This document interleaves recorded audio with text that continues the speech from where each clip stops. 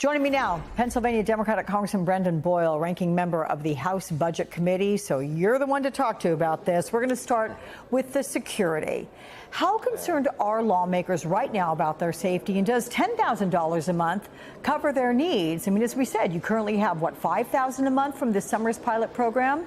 Not enough? Yeah, good to be with you. You know, this is actually a real change that I've seen just in my tenure. The first 10 years or so of my career as elected official, which included about 6 or 7 years here in the House, I never, frankly, ever thought about my security. Just went about life, didn't have any. And the only time I'd really have security is when, you know, we're here in the Capitol with the U.S. Capitol Police. But ironically, ever since January 6th, a date you think would have been maybe the end of threats against elected officials, it actually turned out to be just the beginning. And ever since then, we have seen threats, including death threats, against members of Congress. I don't think there is any member of Congress who hasn't had one of these threats by now. I think the statistic I saw is that in the last couple of years, threats on members of Congress is up 1,400%. And that's just in the last couple of years, not going back to January 6th. So it is, sad to say, a real problem. And we have seen this spate of political violence, not just directed against elected officials, but others, only increase in recent months. So as far as the exact amount for when we're back home in our districts, I have to say, I can't tell you what exactly the appropriate amount is. I would rather have folks who are security experts study this and figure out a real plan to make sure we don't see any further violence directed toward any of my colleagues, whether they're Democrat or Republican.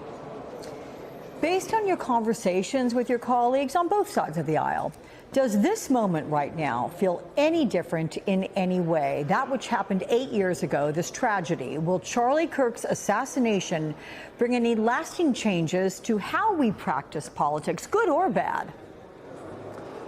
I hope so. But I have to say, it really doesn't help when we have a president of the United States and Donald Trump who's only fanning the flames and frankly putting all of us on the Democratic side of the aisle even in greater risk. I mean, I was struck by the fact that I saw back-to-back statements after Charlie Kirk's tragic and sickening assassination. I saw back-to-back statements from former President George W. Bush and then former President Bill Clinton. And they were exactly what you would expect from any American president before Donald Trump. It was talking about appealing to the greater angels of our nature, the need to dial back the rhetoric, the fact that we're all Americans and all fellow human beings, that we needed to come together.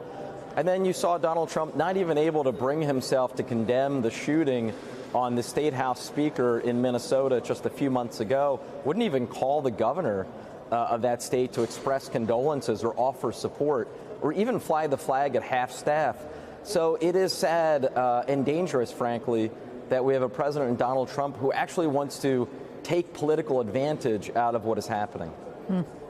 Let's turn now to the budget battle, because Congress has less than 2 weeks now to figure out how to keep the lights on. How far apart are Democrats and Republicans right now? Well, right now, Republicans aren't even negotiating with us. What Democrats have said, look, Democrats believe in government and that it can be, as imperfect as it is, a force for good in our society, a force for helping lift people up into the middle class and beyond. So obviously, Democrats are never in favor of a government shutdown. We're also not in favor of what is about to happen because of the Republicans' so-called big, beautiful bill, or what we more accurately label the big, ugly law. And that is that 15 million Americans are about to lose their health insurance, and some of those losses are about to begin in literally just a matter of a couple weeks.